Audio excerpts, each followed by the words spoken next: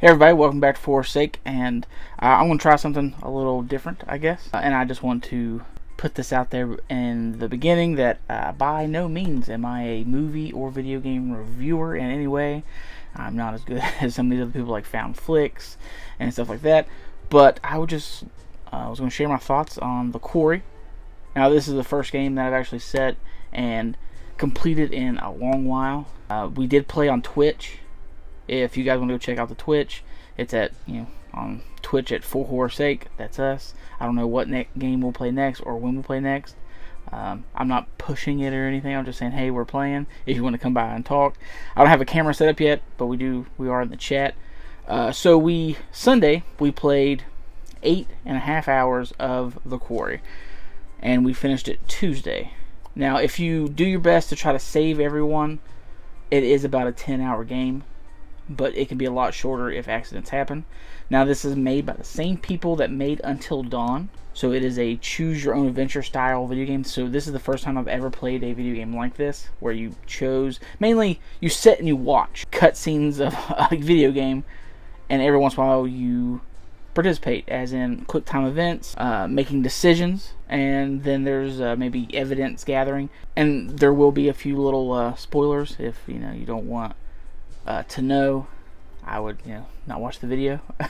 But there is a few nods to horror franchises in the game right off the bat. If you snoop whenever you get ran off the road, you find a letter from a college to Max, and it is Landis University, which everybody knows John Landis, the director of American Werewolf in London. The Quarry has werewolves and stuff in it, so that's a very neat nod. There is one scene where you can find beer to take to the bonfire, and the beer is Savini's beer. And I do believe the shotguns have a specific name on them, but it happened so quick I didn't catch it. And those are cool. But the coolest nod, I thought, being an Evil Dead lover, and that's like my top 3 film franchises. Whenever you go to the radio cabin, I think it's Ryan is his name. No, it's Dylan. That's his name. Dylan gets attacked and his hand bit by a werewolf, and the way the virus spreads in the game is you can see black veins, and if you can quickly, because there's a poem somewhere in the game that talks about if you detach that part of the body, you're fine. So he gets bit in the hand, falls to the ground, and you're there with him. You have the option to either do as he says, as in cut it off, or panic. And then if you choose to cut it off, it gives you an option of like, hey, you can use the shotgun you have, or there were some tools over here, which is a chainsaw.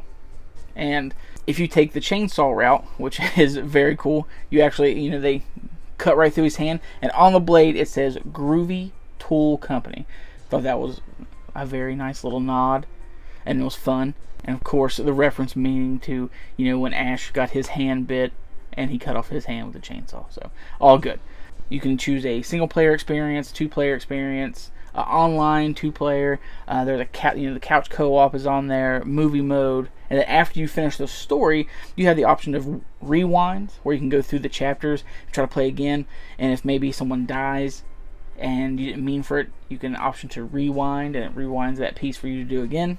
And like I said, there is tons of branches and stuff like that will happen. I think there was over 100 and some endings you could get. All depending on like who lived and who died. We did our best to make sure to keep everyone alive, but accidents happen. A smart thing to do is do your best to try to find the tarot cards, because once you go to the chapter end part before the next chapter begins, the fortune teller will let you look at one of the cards for the fortune, and it will give you a kind of a hint on how someone's going to die, so you can base your decisions off if that's what you want to do. I think Jacob was the hardest to keep alive, because almost in every chapter there's a way from this motherfucker to die, but we managed to get him to the end. And the hardest to save, it's the girl you meet at the very, very beginning in the prologue. She's the hardest to save. You have to there's like 2 choices that you have to make, and if you don't, she's dead every time. But if you really enjoyed Until Dawn, you're really going to enjoy this game. The negative part.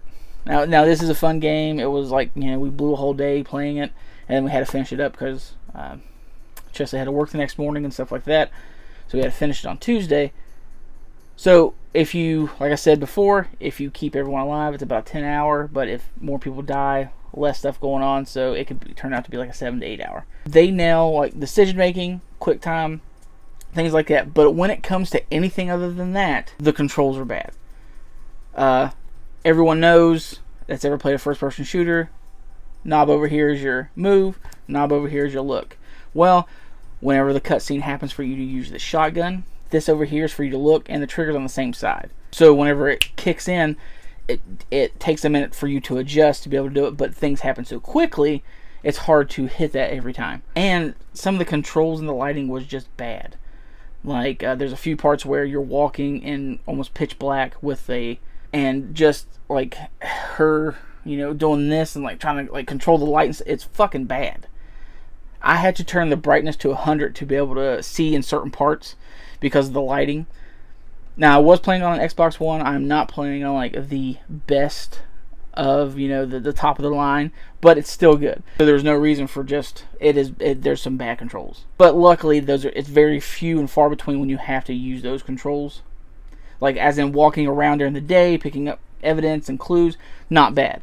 But like I said, when it comes to you having to use a flashlight in any way to guide your way, it's fucking miserable. All in all, I would say play it. I mean, I would maybe try to find it used. You don't have to, spend that $60 for this, because once you play it, you might play it one or two more times just to try to get a few different endings, but it's not a bad game. I mean, there's a lot of star power, and you got Ted Raimi, David Arquette, Brenda Song's in there, stuff like that. There is some really cool stuff in there, and it is a fun game, so I would say give it a try. And there's just some funny animations. The hair is really bad, but there's a scene where she's in the jail trying to pry Brick out, and the face that she makes, and it like kind of glitches out. It looks like that meme of that kid going like that with his face all pushed back. That's what it looked like when she's trying to pry out. I had a good laugh about that. But yeah, definitely, just follow us on Twitch. I don't know when I'll ever play anything again, but hey, why not? But if you like everything, please like, subscribe, leave a comment down below, and I really hope to see you guys next time.